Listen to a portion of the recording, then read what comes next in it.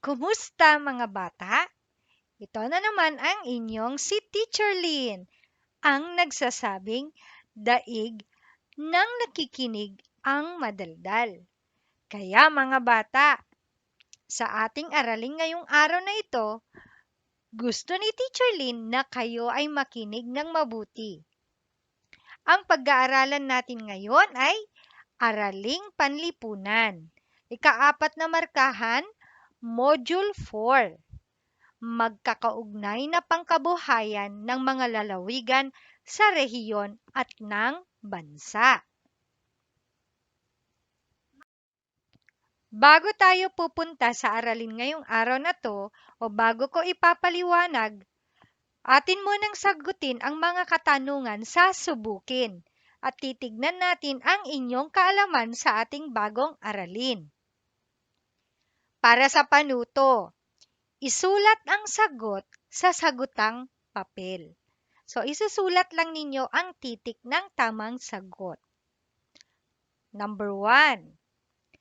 Ano ang mga produkto ng mga lalawigan sa Rehiyon 2? A. Isda, papaya, at tubo. B. Mangga, niyog, at saging. C. Abaka, gulay, niyog, at saging. D. Isda, palay, mais, saging, citrus. Number 2. Ano ang dapat gawin kung may kakulangan sa supply ng produkto? A. Iaasa na lang sa Diyos. B. Bahala na kung kulang ang produkto. C. Sisikapin kong mag-angkat ng produkto. At letter D. Magpulong-pulong ang mga lalawigan at pag-usapan ang kakulangan ng produkto. Number 3. Bakit kailangan makikipag-ugnayan ang iyong lalawigan sa ibang lalawigan? A.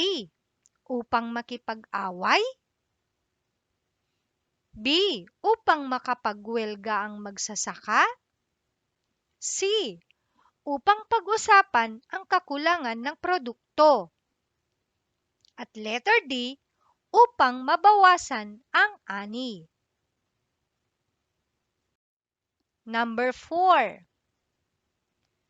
Paano nakikipag-ugnayan ang iyong lalawigan sa ibang lalawigan o rehiyon? A. Sa pamamagitan ng digmaan. B. Sa pagpadala ng sulat tungkol sa problema. C. Sa pamamagitan ng pagbibigay pondo ng salapi. D. Sa pamamagitan ng pagpapatawag ng pulong-pulong upang malutas ang problema. At ang number 5. Sa iyong palagay, nakatutulong ba ang pagdaraos ng festival o pista sa pagsulong ng mga produkto sa bawat lalawigan? Bakit? A. Hindi.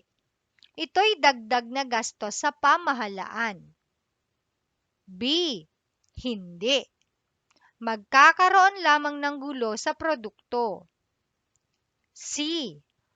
Oo.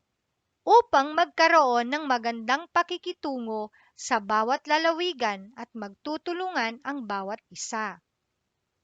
Letter D. Oo. Para masaya ang lahat. Hayan mga bata, atin nang simulan ang pagtalakay sa ating aralin. Aralin 1. Kay nais kong sundan ninyo ako sa pagbabasa ng ating aralin. Magkakaugnay na pangkabuhayan ng mga lalawigan sa rehiyon at ng bansa. Tama. Ngayon naman, nais kong sabay-sabay nating bigkasin o basahin ang pamagat ng ating aralin. Magkakaugnay na pangkabuhayan ng mga lalawigan sa rehiyon at ng bansa. Hayan, magaling mga bata. Ayan mga bata. Nais ko na makinig kayo ng mabuti sa ating talakayan. Sa nakaraang aralin, natutuhan mo ang mga produkto at kalakal ng mga lalawigan ng rehiyon. Nababatay ang kalakal ng mga lalawigan sa iba't ibang katangiang pisikal ng mga ito.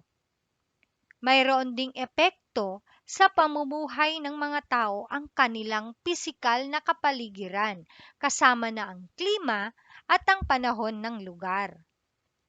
Sa iba't ibang panahon, may pagkakataong hindi nakakapag-ani ng sapat ang isang lalawigan. Ayan, hindi nakakapag-ani ng sapat. May kakulangan sa mga produkto o sa supply.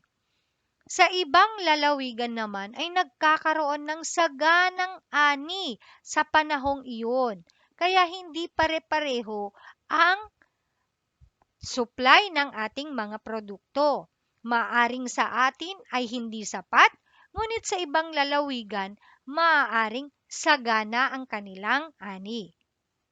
May pagkakataon na ang pangangailangan ng isang lalawigan ay maaring matugunan ng ibang lalawigan. Sa mga ganitong pagkakataon, kailangan makikipag-ugnayan ang mga lalawigan ng rehiyon upang mapunan ang ilang pangangailangan ng sariling rehiyon. Yan, kung may kakulangan, kailangang makipag-ugnayan sa ibang lalawigan upang mapunan ang mga pangangailangan. Maliwanag ba mga bata? Mga panahon ng pag-aani. Naranasan mo na bang pumunta sa isang supermarket gayong wala namang ani sa bukid? Saan kaya galing ang mga produktong ito? Ayan mga bata, ating basahin ang usapan ng magkumaring ito sa larawan. Sabi ni Kumaring Rosa, "Naku, Mare, ang mahal naman ng mangga ngayon." At ang sagot naman ni Kumaring Petra, "Oo nga, hindi kasi panahon ng ani ngayon. Kinukuha pa sa ibang lalawigan ang mangga eh." Ngayon mga bata, ating sagutin ang mga katanungang ito. Paano magkakaroon ng panindang mangga sa pamilihan gayong wala namang ani? Ano kaya sa palagay nyo?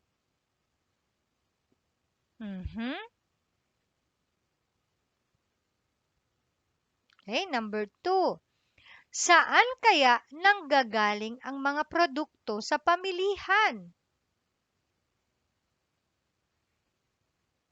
Tama, galing sa ibang lalawigan. Okay, so eto, makinig ng mabuti mga bata. Pag-aralan ang mga halimbawang talahanayan na nagpapakita ng mga produkto ng mga lalawigan sa Rehiyon 2.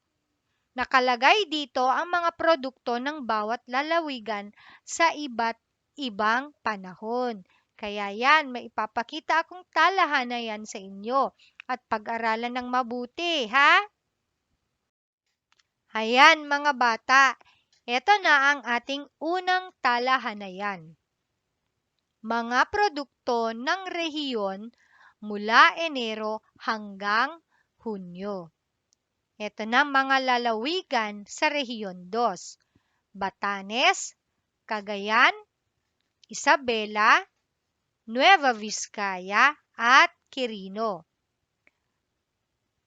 Ito ngayon ang mga produkto. Sa Batanes ay isda. Ang dami nito, 790 kilos. Okay, kailangan ng tao sa buong rehiyon 950 kilos. Kulang na kulang. Sa Cagayan naman, ang produkto ay mais. At ang dami, 3,900 kaban. Ang kailangan ng tao sa buong rehiyon ay 3,500 kaban. Sapat ba yan o kulang? O sobra? Ayan. At ang pangatlo ay ang Isabela. Ang produkto ng Isabela ay palay. At ang dami nito ay 4,000 kaban. Ang kailangan lang ng mga tao sa buong rehiyon ay 3,400 kaban. Ano sa inyong palagay? Ito ba ay sapat, labis o kulang? Yan, sagutin naman natin o tignan naman natin ang Nueva Vizcaya. Ang Nueva Vizcaya ay, ang mga produkto nito ay citrus at gulay. Ang dami ay 2,000 kilos. At ang kailangan ng tao sa buong rehiyon ay 2,500 kilos. So, kulang na kulang siya. Kasi 2,000 lang ang naani. At ang kailangan ay 2,500. Hindi ba mga bata? Kulang? Dadako naman tayo sa Quirino. Ang produkto ng Quirino ay saging. At ang dami nito ay 3,590 kilos. Ang kailangan ng tao sa buong rehiyon ay 4,000 kilos. Ayan. So, makikita natin dito na kulang yung dami ng produkto sa kailangan ng mga tao sa buong rehiyon. Sa talahanayan, makikita ang mga produkto ng bawat lalawigan at ang laki ng pangangailangan ng buong rehiyon. Kung mapapansin mo sa talahanayan 1 o unang talahanayan, ang kabuuang pangangailangan ng rehiyon sa isda ay 950 kilos. Sapat ba ang dami ng isda sa pangangailangan ng rehiyon? Gaano karami ang pangangailangan sa palay? Saan kukuha ng mga kulang na produkto upang matugunan ang pangangailangan ng bawat lalawigan? Ano kaya ang mangyayari o maaring gawin ng bawat lalawigan upang matugunan ang mga pangangailangan sa pagkain? Kung iyong mapapansin, iba-iba ang produkto ng bawat lalawigan. Ngunit, may mga produkto na wala sa ibang lalawigan. Paano kaya nila ito lulutasin? Batay sa talahanayan, anong lalawigan ang may aning palay? Tama! Saan makakukuha ng mais ang mga lalawigan sa rehiyon? Magaling mga bata! Ano ang ipinapakita ng pag-aangkat ng mga produkto sa karatig lalawigan? Ayan. Ano sa palagay niyo mga bata?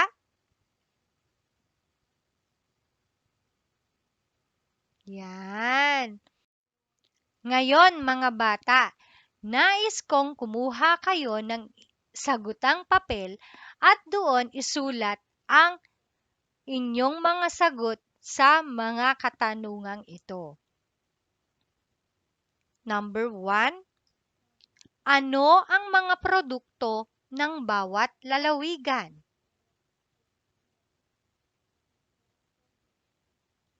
Number 2, ano ang dapat gawin kung may kakulangan sa supply ng produkto? Number 3. Bakit kinakailangang makipag-ugnayan sa karatig lalawigan? Number 4. Paano nakikipag-ugnayan ang iyong lalawigan sa ibang lalawigan o rehiyon?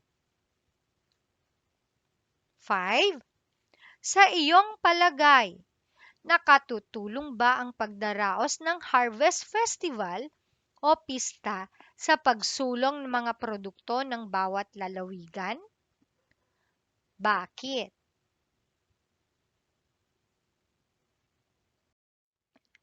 Ating suriin mga bata. Tignan ang halimbawa ng talahanayan na nagpapakita sa mga produkto ng mga lalawigan ng Rehiyon 2. Ayan. So, ang pangalawang talahanayan ay tungkol sa mga produkto ng rehiyon mula Enero hanggang Hunyo. Pag-aralan ninyo ang talahanayang ito mga bata at mamaya sasagot kayo sa mga katanungan.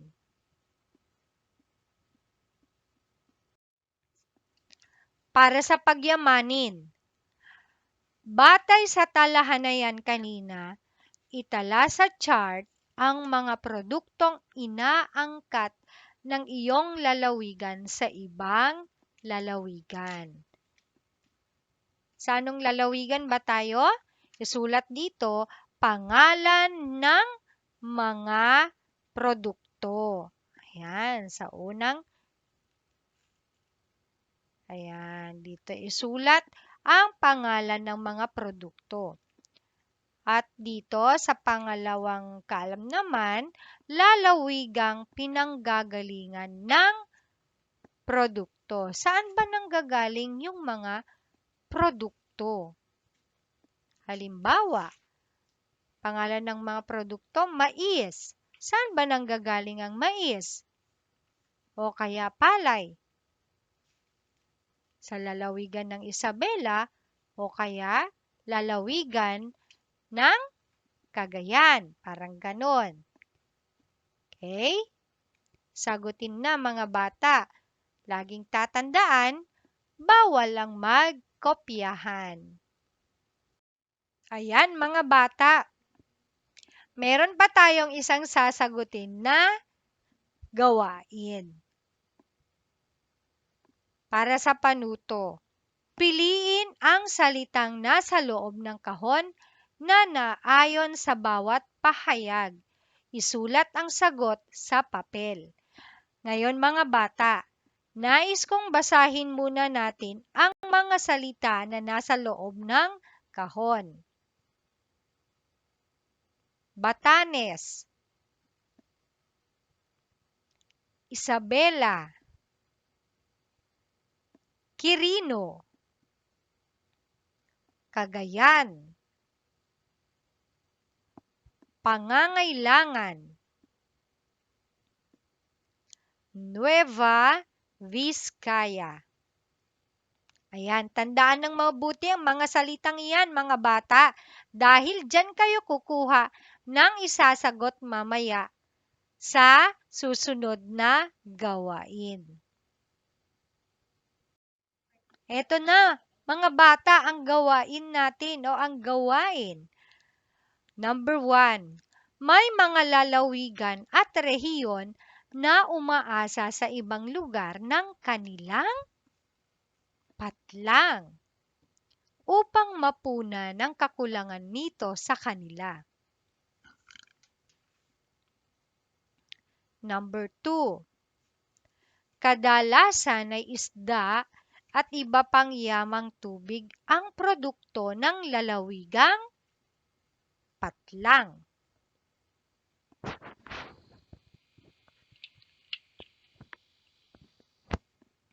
Number 3, ang isang lungsod o lalawigan ay umaangkat ng mga palay at mais sa mga lalawigan patlang at patlang. Yan, dalawang lalawigan ang isusulat dyan sa patlang. Number 4. Mga produktong citrus at gulay ang nagpatanyag sa lalawigan ng patlang. Ang pangunahing produkto, o number 5, ang pangunahing produkto ng lalawigang ito ay saging. Naalala niyo pa ba? Ayan, mga bata. Kung tama lahat ang inyong mga sagot, kayo ay nakinig ng mabuti kay teacher. Para sa tayahin, mga bata. Pag-aralang mabuti ang halimbawang talahanayan at sagutin ang sumusunod na tanong. Talahanayan. Mga produkto ng rehiyon mula Hulyo hanggang Disyembre. Lalawigan, Batanes, Cagayan, Isabela, Nueva Vizcaya at Quirino. Para sa mga produkto o produkto ng Batanes, isda. Sa dami nito o ang dami nito ay 4,500 kilos. Pangangailangan, 5,400 kilo. Cagayan. Anong produkto ng Cagayan? Tama, mais. Ang dami, 1,500 kaban. Pangangailangan, 3,400 kaban. Isabela. Produkto ng Isabela ay palay. Ang dami nito, 4,500 kaban. Pangangailangan, 3,500 kaban. Nueva Vizcaya. Ang produkto o mga produkto ng Nueva Vizcaya ay citrus at gulay. Ang dami, 6,400 kilos. Ang pangangailangan, 5,000 kilos. Quirino. Ang produkto ng Quirino ay saging. Dami, 1,000 kilos. Pangangailangan, 1,650 kilos.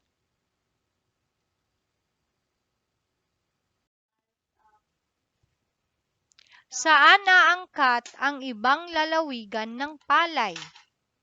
Number 2. Ano ang maitutulong ng lalawigan ng Nueva Vizcaya sa buong rehiyon? Number 3. Ano ang magiging presyo ng isda sa buwan ng Hulyo hanggang Disyembre batay sa datos? Bakit? Number 4.